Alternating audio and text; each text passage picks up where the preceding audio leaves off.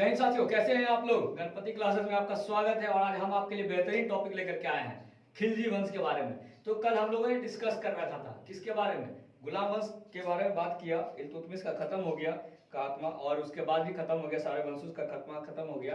अब हम स्टार्ट करते हैं जो उसका अंतिम शासक था क्यूमर्स, उसके बाद खिलजी वंश का उदय होता है। खिलजी वंश में जो उदय होता है उसका संस्थापक जो होता है जलालुद्दीन फिरोज खिलजी होता है। कौन होता है? जलालुद्दीन फिरोज खिलजी होता है। इसका शासनकाल 1290 से लेकर के 96 ईस्वी तक चलता है। हालांकि खिलजी वंश का पूरा शासनकाल 1290 से लेकर के 1320 ईस्वी तक चलता है। कब तक चलता है? 1290 से लेकर के 1320 ईस्वी तक चलता है, जिसमें खिलजी वंश का संस्थापक जलालुद्दीन फिरोज खिलजी होता है। इसने 1290 ईस्वी में खिलजी वंश की स्थापना किया। क्या किया? खिलजी वंश का स्थापना किया। खिलजी वंश का स्थापना करने के साथ संदर्भ में फिरोज खिलजी अपना राज्याभिषेक करवाता है किलोसरी के महल में 70 वर्ष की आयु में। कहा जाता है कि ये जो दिल्ली सल्तनत काल था उसमें सबसे उम्रदार इंसान यही था। कौन था? फिरोज खिलजी। सबसे उम्रदार कहने का मतलब होता है कि उम्र में सबसे बड़ा। कितने वर्ष की आयु में इसने गद्दी संभाली? 70 वर्ष के आयु में इसने अपनी गद्दी को संभाला। ठीक है, 70 वर्ष की आयु में अपने गद्दी को संभाला। इसका पहला अभियान देवगिरी अभियान था। कब किया था? 1296 ईस्वी में इसने अपना पहला अभियान देवगिरी में किया था, दक्षिण भारत में। कहने का मतलब यह होता है कि दिल्ली सल्तनत जो उत्तर भारत में पहले से ही साम्राज्य को बना करके रखा ही था, इसके बाद इसने सोचा कि इधर का तो हमारा अपना कब्जा कर ही चुके हैं, अब चलते हैं दक्षिण भारत की ओर। किधर? दक्षिण भारत की ओर भी चाहता था कि अपना साम्राज्य का विस्तार करे। इसी के संदर्भ में देवगिरी में वो 1296 ईस्वी में यादव वंश जहां का शासक था रामचंद्र देव। कौन था? रामचंद्र देव। यादव वंश था दक्षिण भारत में जिसका शासक था रामचंद्र देव, उसको उस पर अभियान करता है और उसमें विजय प्राप्त करता है। इसके बाद जलालुद्दीन फिरोज खिलजी के बाद अलाउद्दीन खिलजी आता है। लेकिन इसमें एक कहानी है कि जब दक्षिण भारत के अभियान में ये जाता है, ये नहीं जाता है, मतलब कि ये अपने भेजता है इसको अलाउद्दीन खिलजी जो इसका भतीजा हुआ करता था और दामाद भी होता था। कौन था? दामाद भी होता था। इसको अपने दक्षिण अभियान में इसको भेजता है और कहता है कि जाओ वहां से अपना साम्राज्य का विस्तार करके आओ और वहां लूटपाट मतलब जीत करके आओ, वहां से लूटपाट कर लो, अपना सब कुछ वहां पे अपना स्थापित कर लो। उसी बीच में जब जलालुद्दीन खिलजी अपना भतीजा को भेजता है अलाउद्दीन खिलजी को दक्षिण भारत में, तो ये तो वहां पे विजय प्राप्त करता ही है, साथ में अपार मात्रा में धन को लूट करके लाता है। क्या लाता है? धन को लूट करके लाता है और अपने चाचा को बताता तक नहीं है कि हमने वहां जाकर के विजय प्राप्त किया और इतने सारे सामान को वहां से लेकर के आया। जिसके बाद इसे लगने लगता है अलाउद्दीन खिलजी को, क्या लगने लगता है कि अब इतना सब कुछ हम लूट ही चुके हैं और मेरे पास जब इतना कुछ आ ही चुका है, तो क्यों ना जलालुद्दीन फिरोज खिलजी जो उसका ससुर जी था और दामाद था ये उसका, तो क्यों ना अपने चाचा की हत्या करके गद्दी पे हम खुद संभाले, यानी कि गद्दी को हम खुद संभाले और साम्राज्य का विस्तार करके अपना मतलब कि सुदृढ़ साम्राज्य बनाने का प्रयास करें। ठीक है, इस संदर्भ में एक पॉइंट आता है कि जब ये जीत करके आया दक्षिण भारत से, तब इसके चाचा पूछे इससे कि क्या क्या हुआ, कैसे क्या हुआ, लेकिन ये कुछ बताता नहीं है, सब कुछ छिपा करके रखता है, जिससे इसको लगने लगता है कि ये हमसे गद्दारी करेगा। उसी बीच में इसकी मृत्यु कर दी जाती है।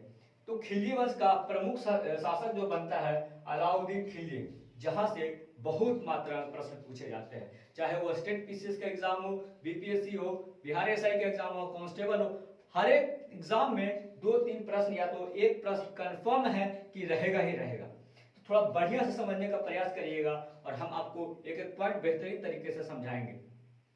तो चलिए अब हम बात करते हैं अलाउद्दीन खिलजी के बारे में। इसकी मृत्यु हो जाने के बाद, फिरोज खिलजी की मृत्यु हो जाने के बाद 1296 से 1316 ईस्वी तक ये गद्दी पर बैठा रहता है।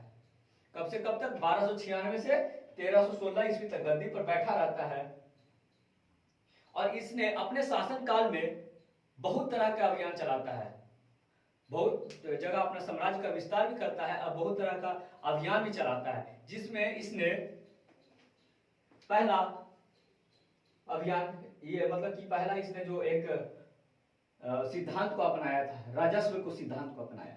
क्या अपनाया? राजस्व के सिद्धांत को अपनाया। लेकिन उससे पहले हम आपको बताते हैं कि इसका मूल नाम अली और गुरसिफ था। क्या था? मूल नाम अली और गुरसिफ था। प्रश्न में सवाल पूछ दिया जाता है कभी कभी कि खिलजी, अलाउद्दीन खिलजी जो था उसका वास्तविक नाम क्या था, यानी कि उसका मूल नाम क्या था।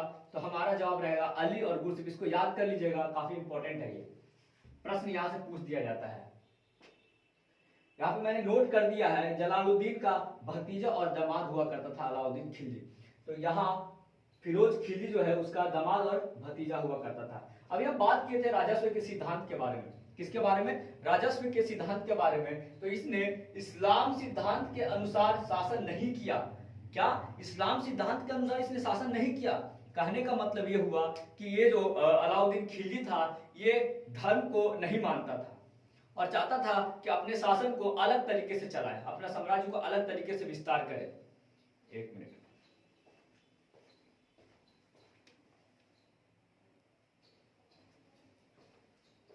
जैसा कि हम लोग बात कर रहे थे, इसने राजस्व के सिद्धांत को अपनाया और इसमें इसने इस्लाम सिद्धांत के अनुसार शासन नहीं किया। इसका मतलब ये होता है कि जैसे पिछले वंशों का परंपरा जो चलाया था कि इस्लाम सुल्तान से जाकर यानी खलीफा से जाकर के सुल्तान की उपाधि लेने के बाद ही हम शासन करेंगे, लेकिन इसने उस सिद्धांत को रिफ्यूज कर दिया। मतलब इसने उस चीज को नहीं माना। ये चाहता था कि हमारा जो शासन हो हमारे तरीके से चले, किसी के द्वारा किसी कहे के अनुसार हम नहीं चलाए। समझ गए? तो इसने अपना शासन खुद अपने तरीके से चलाने का प्रयास किया। इसने खलीफा से स्वीकृति नहीं ली, ये अपने आप को राजा घोषित कर लिया बिना मतलब खलीफा से परमिशन लिए के बिना ही अपने आप को राजा घोषित कर लिया। कहने का मतलब ये हुआ कि ये चाहता ही नहीं था कि हम इस्लाम धर्म के अनुसार चले, जो उसका परंपरा है उसके धर्म को ये इसका कहना था कि धर्म अपने जगह पर रहे और शासन अपने जगह पर रहे। इसका यही मानना था कि धर्म अपने जगह पे काम कर रहा हो और शासन हमारा अपने जगह पे काम कर रहा हो। तो शासन को अपने तरीके से चलाने का इसने प्रयास किया बिना सुल्तान की उपाधि लिए ही। उसने निरंकुश शासन की स्थापना की। इसने निरंकुश शासन की स्थापना इसलिए किया क्योंकि जो मान लिया जाए कि इसने अपने चाचा को मृत्यु कर दिया, तो आप ही अगर किसी की हत्या कर देते हैं तो आपको चाहने वाले लोग कितने होंगे? बहुत कम लोग आपको चाहने वाले होंगे। लोग इसको बहुत कम पसंद करते थे क्योंकि इसने अपने चाचा की हत्या करके गद्दी पर बैठ गया था, जिसके वजह से इसे लोग कम पसंद करते, इसलिए इसने निरंकुश शासन की स्थापना की। तो कि ऐसा ना हो कि बहुत कुछ चेंजेस कर दिया कि हम गद्दी पे बैठे तो वैसा ना हो कि हम उसको मार के आए हैं तो हमको शासक नहीं मानेगा। बहुत तरीके की बातें इसने वहां पे अप्लाई किया। उसके बाद विद्रोह दबाने का प्रयास किया। जैसे ही इसने अपने चाचा की हत्या की, यानी कि ससुर जी का जो हत्या कर दिया इसने, तो अपने ससुर की हत्या करने वाले लोग जब इसको नाखुश होने लगे इसके शासन से, निरंकुश होने लगे इसके शासन से, इसने मतलब कि दरबार में और प्रजा साम्राज्य में 4 तरह के विद्रोह शुरू होने लगे थे। मतलब बहुत तरह के विद्रोह शुरू होने लगे थे। तो इसका कहना था कि अगर हम उस विद्रोह को दबा दे, यानी कि जहां से वो विद्रोह की उत्पत्ति हो रहा है उस चीज को हम खत्म कर दे, तो क्या लोग हमारे खिलाफ विद्रोह करेंगे? नहीं ना करेंगे। हाँ, तो इसीलिए इसने 4 अभियान चलाया। क्या चलाया? 4 अभियान, यानी 4 अध्यादेश जारी कर दिया। क्या कर दिया? 4 अध्यादेश जारी कर दिया। बहुत ही इंपॉर्टेंट है, पूछता है प्रश्न में, इसलिए हम आपको डील कर रहे हैं, एक एक चीज बारीकी से बता रहे हैं। प्रश्न में ही यही से सवाल पूछा जाता है, कहीं और से नहीं आता है। खिलजी वंश जो मैं आपको पढ़ाऊंगा इसके बाहर से प्रश्न नहीं आएंगे, इसी से प्रश्न रहेंगे। तो उसने 4 अध्यादेश जारी कर दिया। पहला अध्यादेश जारी किया कि दान, उपहार और भेंट और पेंशन जो दिया जाता था उन सब को खत्म कर दिया। कहने का मतलब यह हुआ कि दान में दी गई भूमि, उपहार में दी गई भूमि, पेंशन आदि भोगी जो दिया जाता था उन सब चीजों को छीन लिया, सबसे वहां के लोगों से छीनना शुरू कर दिया। मान लिया जाए अगर आपके पास, हम पिछले शासन काल में जो गुलाम वंश का शासन काल चल रहा था उसमें दान प्रवृत्ति चलती थी, एकता प्रथा चलता था, उसको भी समाप्त कर दिया इसने। तो दान में जो दी गई भूमि, अगर हमारे पास भूमि ही नहीं रहेगा तो हम मतलब कैसे किसी के खिलाफ आंदोलन करेंगे? पैसा ही नहीं रहेगा तो हम क्या फ्री में जाएंगे कहीं किसी के पास? नहीं ना जाएंगे। इसीलिए इसने अपना पहला अध्यादेश में इसने जारी किया कि दान, उपहार, पेंशन, भूमि सब कुछ वापस लेना शुरू कर दिया। हम आपके हाथ में कुछ देंगे ही नहीं तो आप विद्रोह करिएगा ही नहीं। पहला विद्रोह इसको मतलब इसका अध्यादेश सफल हो गया। उसके बाद दूसरा, अच्छे गुप्तचर विभाग की गठन की। अच्छे गुप्तचर विभाग की गठन की, इसका मतलब होता है, गुप्तचर का मतलब क्या होता है? क्या समझते हैं गुप्तचर से? मतलब कि जो बाजार नियंत्रण प्रणाली तो इसने शुरू किया, मैं आपको बताऊंगा इसके बारे में। बाजारों में और लोगों के बीच इसने अपना एक गोपनीय आदमी को, यानी कि जो हिडन पर्सन होता है, उसको सबके लोगों के बीच में रखना शुरू कर दिया। यानी कि वहां से हमको इंफॉर्मेशन देते रहना कि लोग क्या सोच रहे हैं हमारे बारे में, किस प्रकार का विद्रोह करना चाहते हैं हमारे बारे में, उन सब चीजों का इंफॉर्मेशन तुम हमको देते चलना। इसलिए उसने एक गुप्तचर विभाग का गठन कर दिया। उसके बाद एक दूसरा अध्यादेश इसका तो ये हो गया, और तीसरा अध्यादेश शराब जुआ भांग को प्रतिबंध लगा दिया। क्या होता है अक्सर कि लोग शराब दारू पी करके, जुआ दारू गुटखा ये सब, मतलब मान लीजिए जो नशीले चीजें होती हैं, उन सब चीजों को पीते पीते उन लोग के मन में कुछ अलग तरह का, मान लीजिए कि अगर आप लोग कुछ किसी लोग बैठ करके दारू वारू पी रहे हैं और आपको कोई भड़का दे कि चलो आज उसके साथ विद्रोह, आप पट से चल जाइएगा उसके पास, तुरंत चल जाइएगा, सोचिएगा भी नहीं कि क्या कर रहा है, क्योंकि नशे की हालत में किसी को कुछ पता ही नहीं चलता है कि हम क्या करने जा रहे हैं और क्या नहीं करने जा रहे हैं, क्या सही करने जा रहे हैं और क्या गलत। उसने इस चीज पे ही प्रतिबंध लगा दिया कि शराबे नहीं पीकेगा, सारा तुम बैठ के पियोगे नहीं। जब चार वो गुटे नहीं बैठेगा, तो आप कैसे डिस्कशन करिएगा कि उसके खिलाफ क्या विद्रोह करना है या किसी के खिलाफ क्या साजिश करना है। अक्सर लोग, यही लोग जो होते हैं वो साजिश वाजिश करते हैं। ठीक है, तो इसने शराब और जुआ और भांग पर प्रतिबंध लगा दिया। अमीरों एवं सरदारों को दावत पर प्रतिबंध लगा दिया। मान लिया जाए कि इसका चौथा अध्यादेश यही रहा कि जितने भी अमीर लोग हैं, सरदार है, वहां के मतलब बड़े बड़े लोग हैं, उन लोगों को दावत में बुलाने से बैन कर दिया। समझ गए? कहीं शादी समारोह, किसी भी प्रकार का समारोह अगर आप आयोजित करते हैं, उस समारोह में आप किसी को नहीं बुला सकते हैं, इसका साफ कहना था। बहुत ही घमंडी शासक थे ये अलाउद्दीन खिलजी। समझ गए? किसी को बुलाने बंद कर दिया, नहीं कोई नहीं बैठेगा ग्रुप में, कहीं नहीं कोई बैठेगा तो तुम हमारे बारे में ही सोचोगे। इसलिए इसने चौथा अध्यादेश में इसने सब कुछ बंद कर दिया। हिंदुओं पर कठोर नीति के तहत, मतलब कठोर नीति लागू कर दिया उसने ताकि वो विद्रोह नहीं करे। ये तो था मुस्लिम शासक, लेकिन जो इसके शासन काल से क्रूर थे, मतलब कि प्रताड़ित थे हिंदू, उन्होंने, वही लोग थे जो विद्रोह करते थे, उनके खिलाफ इसने कठोर नीति अपनाई। और उन लोग से, मतलब कि जो चारों अध्यादेश जारी किए, उन सब में इन्हें पुरजोर बल दिया कि ये सबको स्वेच्छा से माने इसको। तो इसने हिंदुओं पर कठोर नीति अपनाई ताकि वो विद्रोह नहीं करे। और इसके अभियान के तहत ही चारों विद्रोह, मतलब कि 4 तरह का जो अध्यादेश था, सफल हुआ और लोग इसके खिलाफ विद्रोह नहीं कर पाए। क्योंकि जब आपके पास कुछ रहेगा ही नहीं बैकअप में, तो आप आगे कैसे जाइएगा? पॉसिबल है? नहीं जाइएगा। 4 लोग बैठिएगा ही नहीं तो डिस्कशन कैसे करिएगा? कर पाइएगा? नहीं कर पाइएगा। तो उसके बाद इसने राजस्व और कर व्यवस्था लागू किया। क्या कहा जाता है कि दिल्ली सल्तनत काल में खिलजी वंश और मंगोलों ने बहुत ज्यादा आक्रमण किया था, बहुत बार आक्रमण किया। तो इसने अपने साम्राज्य को सुदृढ़ और बढ़िया तरीके से चलाने के लिए, ताकि मंगोलों का जब आक्रमण हो तो हम परिपूर्ण रहें उसे लड़ाई करने के लिए और उसको दूर भगाने के लिए, तो इसने राजस्व एवं कर व्यवस्था को भी लाया। इस प्रकार के वो व्यवस्थाओं को लाते गया, और भी व्यवस्थाएं लाई है, मैंने यहाँ फिलहाल इतना लिखा है। और इसके बाद मैं इसको मिटाने, आप इसका जब लिख लोगे, इस टॉपिक को लिख लोगे या स्क्रीनशॉट ले लोगे, उसके बाद मैं अगला टॉपिक लिखूंगा इस पे, अभी जस्ट लिखूंगा। मंगोलों से मुकाबला करने एवं सुदृढ़ साम्राज्य की स्थापना करने के लिए उसने कर व्यवस्था को लागू कर दिया, जिसमें पहला था लगान। मान लिया जाए कि अगर आपके पास जितना भी उपज हो, हमारे द्वारा दिया गया भूमि पे आप जितना भी उपज करते हैं, उसका 50%, 1/2 भाग आप हमको दीजिएगा।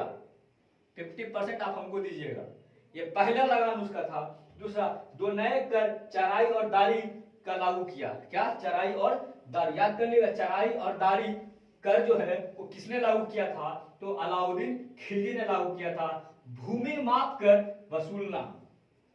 इतना मतलब कि घमंडी, मतलब कि कैसा ये शासक था कि वो कर इस तरीके से लेता था कि जितना भूमि हम आपको दिए हैं उस भूमि को मापता था और माप करके कर ले लेता था। ये ऐसा शासक था।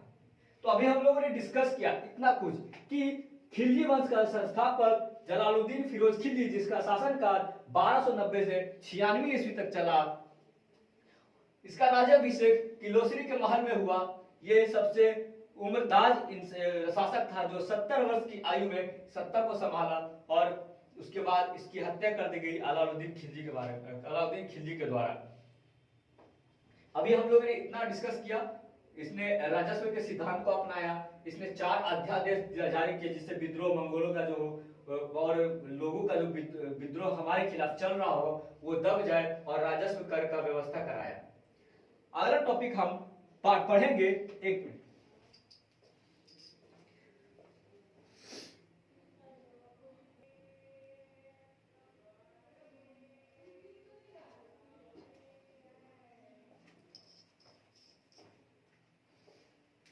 तो जैसा कि हम लोगों ने बात किया कि राजस्व कर व्यवस्था मंगोलों के मुकाबला करना, और ये सब व्यवस्था को उसने अलाउद्दीन खिलजी ने लाया। और अब हम आगे बात करेंगे 1-2 मंगोलों से मुकाबला करने के लिए सुदृढ़ साम्राज्य की स्थापना किया, जिसमें पहला कर उसने लगान लगाया 50% का, 2 नए कर का भी सृजन किया, चराई कर और दारी कर, भूमि माप करके कर को भी लेना शुरू कर देता है अलाउद्दीन खिलजी।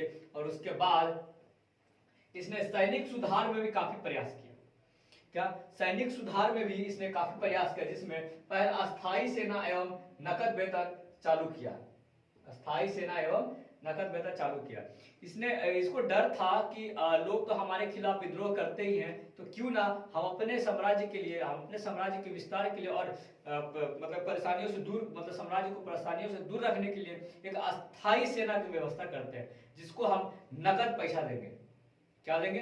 नगद पैसा देंगे, यानी कि वो हमारे साथ काम तो करेगा ही और तुरंत उसको पैसा दे देंगे। इस प्रकार का व्यवस्था को उसने लाया। घोड़ा दागने की प्रथा को भी उसने लाया। क्या? घोड़ा दागने की प्रथा को भी किसने लाया? अलाउद्दीन खिलजी ने लाया। इसके शासन घोड़े को जला देता था, दाग देता था, ठप्पा मार देता था कि मेरा है। उसके बाद बाजार नियंत्रण प्रणाली, बाजार व्यवस्था, जो कि प्रश्न में काफी टाइम पूछा जाता है कि दिल्ली सल्तनत का वह कौन सा शासक था जिसने बाजार नियंत्रण प्रणाली को लागू किया और उसमें सफलता भी प्राप्त किया। ठीक है, तो हम इस पे बात करेंगे। पहला मूल्य नियंत्रण, दूसरा माप तोल, तीसरा खाद्यान्न बाजार, निर्मित वस्तु, दैनिक वस्तु और पशु गुलाम बाजार। इसने बाजार नियंत्रण व्यवस्था प्रणाली में इसने पहला तो मूल्य नियंत्रण प्रणाली को लागू किया। पैसों पे नियंत्रण, बाजार में जो भाव था, मतलब कि अगर बाजार, इसने अपने राज्य में सब कुछ सस्ता कर दिया, महंगा किया ही नहीं, सब कुछ सस्ता रखा अपने राज्य में, ताकि सभी लोगों को सही तरीके से सब कुछ मिले। दूसरा, माप तोल में बेईमानी को रोक लगा दिया। मार्केट में अगर कोई मान लिया जाए कि 3 रुपए किलो चावल रखा मार्केट में और आप उसको 5 रुपए किलो, उस पर बहुत कड़ी कार्रवाई करता था ये। माप तोल में यही था कि मान लीजिए कि हम रेट फिक्स किए हैं 10 रुपए लीटर तेल और आप उसको बेच रहे हैं 50 रुपए लीटर तेल। उस बेईमानी, यानी कि उसमें जो बेईमानी करता था, करप्ट था, उसमें घुसखोर था, जो भी कोई था उसमें, उस पर काफी कार्रवाई करता था, जिस हिसाब से बाजार में नियंत्रण को मजबूत करने का कोशिश किया और सफलता भी प्राप्त किया। खाद्यान्न बाजार को, निर्मित वस्तु को, दैनिक वस्तु को और पशु गुलाम बाजार, इन सब चीजों को बढ़ावा दिया और पशु को गुलाम करके उसको बाजार में बेचने पे भी रोक लगाया। इसका उद्देश्य पढ़ते हैं कि इसका क्या उद्देश्य था। शासन करने के साथ साथ इसका उद्देश्य क्या था, ये क्या करना चाहता था साम्राज्य के लिए। तो पहला, इसने ये अपने आप को सिकंदर मानता था। ये चाहता था कि पूरे विश्व में हमारा राज हो, चाहता था, लेकिन ये सफल नहीं हो पाया। तो प्रश्न में यह भी पूछा जाता है कि द्वितीय सिकंदर किसे कहा जाता है? तो द्वितीय सिकंदर अलाउद्दीन खिलजी को कहा जाता है। इसका ये उद्देश्य था, लेकिन ये सफल नहीं होता है। इसमें मैंने यहां लिख दिया सिकंदर ये सानी या द्वितीय सिकंदर कहा जाता है। ये चाहता था, इस्लाम धर्म को तो ये मानता नहीं था, ये चाहता था कि एक हम नया धर्म बनाए, प्रयास किया बनाने का, नए धर्म को प्रयास किया लागू करने का, लेकिन सही तरीके से मतलब कि जो धार्मिक लोग थे वो लोगों का कहना था कि आप सब कुछ कर रहे हैं ठीक है, लेकिन धर्म के मामले में आप छेड़खानी नहीं कीजिए, जो जैसा चल रहा है उसको वैसा ही रहने दीजिए। मान लिया जाए कि किसी को भी अगर धर्म के प्रति उकसा देते हैं तो अग्रेसिव हो जाता है ना, गुस्सा हो जाता है, उसको कुछ नहीं दिखेगा धर्म के आगे। जैसा अजमल कसाब था, कैसा कट्टर मुस्लिम था, धर्म को पट्टी पढ़ाया उसको और उसको भेज दिया मरने के लिए। उसी तरीके से ये चाहता तो था, लेकिन धर्म के प्रति बाबू आप लोग नहीं कर सकते हैं कुछ भी छेड़खानी धर्म से रिलेटेड, लेकिन उसमें भी ये असफल रहा। सिकंदर शाही को उपाधि लेने के लिए भी असफल रहा। साम्राज्य का विस्तार, क्या पढ़ेंगे, इसने अपने साम्राज्य को विस्तार किया उत्तर भारत से लेकर के दक्षिण भारत तक, और उसमें इसने सफलता भी प्राप्त की, जिसमें पहला अभियान उसने गुजरात में किया। कहां किया? गुजरात पे किया, रणथंभौर पे किया, बंगाल पे किया, चित्तौड़ पे किया, दक्षिण भारत पे किया, और भी कई सारे अभियान थे जिसमें इसने सफलता प्राप्त की। लेकिन दक्षिण भारत पे इससे पहले इसके चाचा जलालुद्दीन फिरोज खिलजी, पढ़ा था, जलालुद्दीन फिरोज खिलजी ने इसको भेजा था पहली, इसका दूसरा बार अभियान था दक्षिण भारत में। इसने पहला अभियान गुजरात में शुरू किया, जहां पे इसको कौन मिला? मलिक कफूर। मलिक कफूर गुजरात अभियान में इसको मिला, जिसको इसने 1000 दिनार में खरीदा था। कितना में खरीदा था? 1000 दिनार में खरीदा था। किसको? मलिक कफूर को अलाउद्दीन खिलजी गुजरात अभियान के दौरान 1000 दिनार में खरीदा था। वो काफी ही अच्छा सेनापति था, लेकिन साथ ही साथ वो एक हिजड़ा हुआ करता था। क्या था? हिजड़ा था वो, लेकिन सेनापति काफी अच्छा था। गुजरात अभियान में ही उसे मलिक कफूर मिला था। तो प्रश्न पूछा जाता है, मलिक कफूर किसका सेनापति था? तो हम जवाब में क्या देंगे?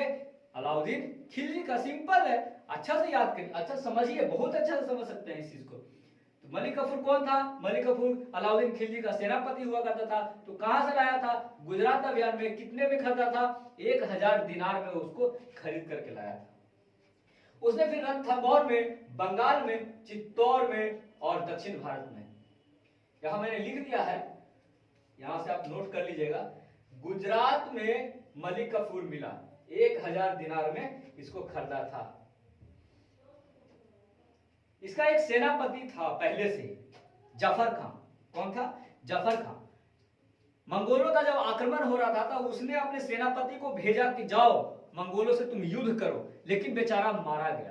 काफी योग्य था। यहां से प्रश्न बनता है कि जफर खां कौन था? जफर खां अलाउद्दीन खिलजी का सेनापति था, जिसे मंगोलों के द्वारा मतलब हार का सामना करके उसको मार दिया जाता है। रानी पद्मावती के बारे में बताएंगे। जब गुजरात अभियान खत्म होने के बाद ये राजस्थान की ओर जाता है, खुद से जाता है, मतलब कि किसी के द्वारा पता चलता है, ये शायद चित्तौड़ में जाता है, चित्तौड़ रणथंभौर में ये जाता है, सॉरी रणथंभौर में ये जाता है 1303 में। कब? 1303 में, देख लें डेट मिला नहीं को। 1303 में जब ये गुजरात अभियान राजस्थान अभियान में जाता है रणथंभौर में, तब इसको पता चलता है कि पद्मावती जो रतन सिंह, राजा रतन सिंह की पत्नी होती है, मतलब कि उसको जीतने के लिए ये चित्तौड़गढ़ पे आक्रमण करता है। किस पे करता है? चित्तौड़गढ़ पे आक्रमण करता है, लेकिन असफल रहता है, पद्मावती को नहीं जीत पाता है।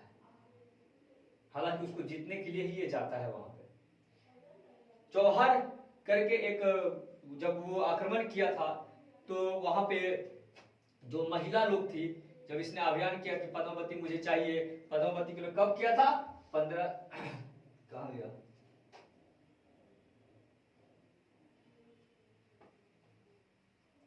सॉरी, ये हम गलती लिख दिए हैं यहाँ पे। जब ये रणथंभौर राजस्थान पे आक्रमण करने जाता है, तब वहां पे इसको पद्मावती पे नजर पड़ता है और ये चाहता था कि पद्मावती को हासिल कर ले, लेकिन ये नहीं कर पाया। और उसी समय जब महिला सब वहां की रहने वाली लोग थी, चौहान नाम का होता है, उसमें अपनी मतलब चौहार का मतलब होता है कि एक गड्ढा होता है, गड्ढा में आग जला करके सारी महिलाएं उसी में कूद जाती है, उसी के साथ में ये यहाँ पे खत्म हो जाता है इसका सिलसिला रानी पद्मावती का। और यहाँ पे तो प्रश्न पूछा जाता है कि रानी पद्मावती के समय किस दिल्ली सल्तनत काल के किस वंश का आगमन हुआ था और किसने आक्रमण किया था रतन सिंह पे पद्मावती के साथ जो लड़ाई हुआ था। तो हमारा जवाब होगा अलाउद्दीन खिलजी।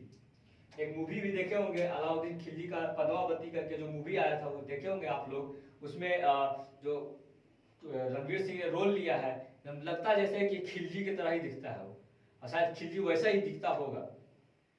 ठीक है, अब आगे बढ़ते हैं। इसके साथ साथ में दक्षिण अभियान शुरू करता है। दक्षिण जैसे कि उसका तो कहना था कि हमारा साम्राज्य दिल्ली सल्तनत से लेकर के उत्तर भारत की ओर बहुत बढ़िया से विस्तृत ढंग से चल रहा है, तो क्यों आप दक्षिण भारत को, जैसे कि मैंने पहले ही बताया, दक्षिण भारत की ओर भी चलते हैं और वहां से भी जीतने का प्रयास करते हैं। ठीक है, तो दक्षिण भारत को जीतने के लिए इसने किसे भेजा? मलिक कफूर को भेजा। किसे भेजा? मलिक कफूर को भेजा। मलिक कफूर वहां से जीत करके आता है और अधिक मात्रा में सोना चांदी सब कुछ लूट करके लाता है। उस समय वहां का शासक रामचंद्र देव हुआ करता था। 1307 ईस्वी में इसने दक्षिण भारत अभियान के लिए मलिक कफूर को भेजा। अभी मैंने बताया कि मलिक कफूर कौन था, तो मलिक कफूर एक हिजड़ा था जिसे गुजरात अभियान में अलाउद्दीन खिलजी ने 1000 दिनार देकर के खरीद करके लाया था। उसी समय जब दक्षिण भारत का अभियान पे ये जाता है मलिक कफूर, उसी समय मंगोलों का काफी आक्रमण होता है जिसमें जफर खां की मृत्यु हो जाती है लड़ाई करते करते। उसके बाद गद्दी पे बैठने के लिए मुबारक शाह आता है और नसरुद्दीन खुसरो आता है, लेकिन ये दोनों उतना भी योग्य शासक नहीं हो पाता है। क्या नहीं हो पाता है? तो इसमें अलाउद्दीन कुतुबुद्दीन ऐबक के द्वारा जो बनाया गया, जो मलिक कफूर है, इसमें बताते हैं आपको पॉइंट हम बताते हैं। इसने अलाई मीनार का ये कौन, अलाउद्दीन खिलजी ने अलाई मीनार बनाने के लिए सपना देखा था। अलाई मीनार बनाने का सपना देखा था। कुतुब ए इस्लाम आखिर जब अलाई मीनार बनाने का इसने ख्वाब देखा, किससे प्रेरित होकर के? कुतुबुद्दीन ऐबक ने जो कुतुब मीनार बनाया था, तो उसने मलिक कफूर से पूछा कि मलिक कफूर ये क्या है, किसने इसको बनाया है? तो उसने कहा था ऐबक ने बनाया है, तो हम भी बनाएंगे इसके जैसा एक। क्या बोला? हम भी इसके जैसा एक बनाया। तो उसने अलाई मीनार बनाने के लिए मलिक कफूर को कहा कि ठीक है सर हम बना देंगे। उसने आज ही बोला और आज जाके नींव रख दिया। कल होकर के देखा था, कहता अरे क्या बना दिया है तुम, ऐसे चापट हो गया है, गोल हो गया है, मतलब कि ऐसा हो गया है, नीचे से चौड़ा दिखे तो कल के टाइम सट जाएगा, पूरा कंप्लीट होगा। तो छोड़ो छोड़ो इसको नहीं बना, इसको नहीं बना, छोड़ दो, अलाई मीनार नहीं बना करके। उसने कहा, उसी के बगल में कुतुब इस्लाम मस्जिद बना हुआ था। उसने पूछा इसको किसने बनाया? तो उसने कहा इसको उसी ने बनाया है। तो कहा इसी को रिपेयर कर दो सर। वो चाहता था कि अपने शासनकाल में कुछ ऐसा चीज बना जो इतिहास में लोग जाने कि हमने भी ये चीज किया है।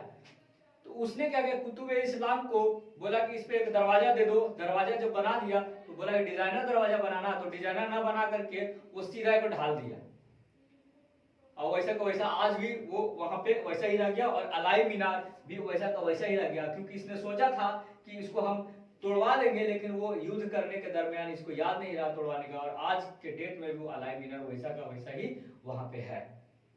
तो सर ओवरऑल हम लोगों ने खिलजी वंश के बारे में पढ़ा, उसने क्या क्या प्रयास किया, क्या क्या चालू करने का कोशिश किया, और क्या क्या उसके साम्राज्य में विस्तार हुआ, कहां कहां अभियान चालू किया, इन सब चीजों के बारे में हम लोगों ने डिस्कस किया।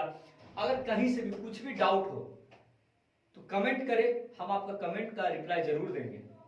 एक बार फिर से अगर हम इस टॉपिक पे इसको एक बार क्लियर कर दें कि हम लोगों ने खिलजी वंश के बारे में तो पढ़ा है, उद्देश्य क्या था, राजस्व कर व्यवस्था क्या था, सैनिक सुधार व्यवस्था, ये सब इंपॉर्टेंट टॉपिक्स है, इंपॉर्टेंट पॉइंट है। यहीं से इन सब पॉइंट से ही क्वेश्चन पूछे जाते हैं। प्रश्न में ये पूछता है कि राजस्व कर व्यवस्था, व्यापार बाजार नियंत्रण प्रणाली किसने लागू किया, तो सब बताएंगे कि अलाउद्दीन खिलजी ने किया। उसका शासनकाल कब से कब तक रहा, उसका संस्थापक कौन था, 1290 से 26 तक 1320 ईस्वी तक चला उसका शासनकाल। नसरुद्दीन खुसरो खां करके जो था शासक, वो आया 1320 ईस्वी में, लेकिन उससे पहले मुबारक शाह था 1316 से 1320 में, जो कि इतना भी योग्य नहीं था। तो हम लोगों ने कब कहां तक पढ़ लिया, खिलजी वंश पढ़ लिया। इसके बाद हम लोग क्या पढ़ेंगे, तुगलक वंश के बारे में पढ़ेंगे। तुगलक वंश के बारे में पढ़ेंगे, अच्छे से पढ़ेंगे। एक टॉपिक जैसे इसमें हम लोग डील किए हैं उसमें भी डील करेंगे। इसको आप लोग चाहे तो एक फिर से स्क्रीनशॉट ले लें और वीडियो को देखें, शेयर करें, लाइक करें। अगर अच्छा लगा हो तो धन्यवाद।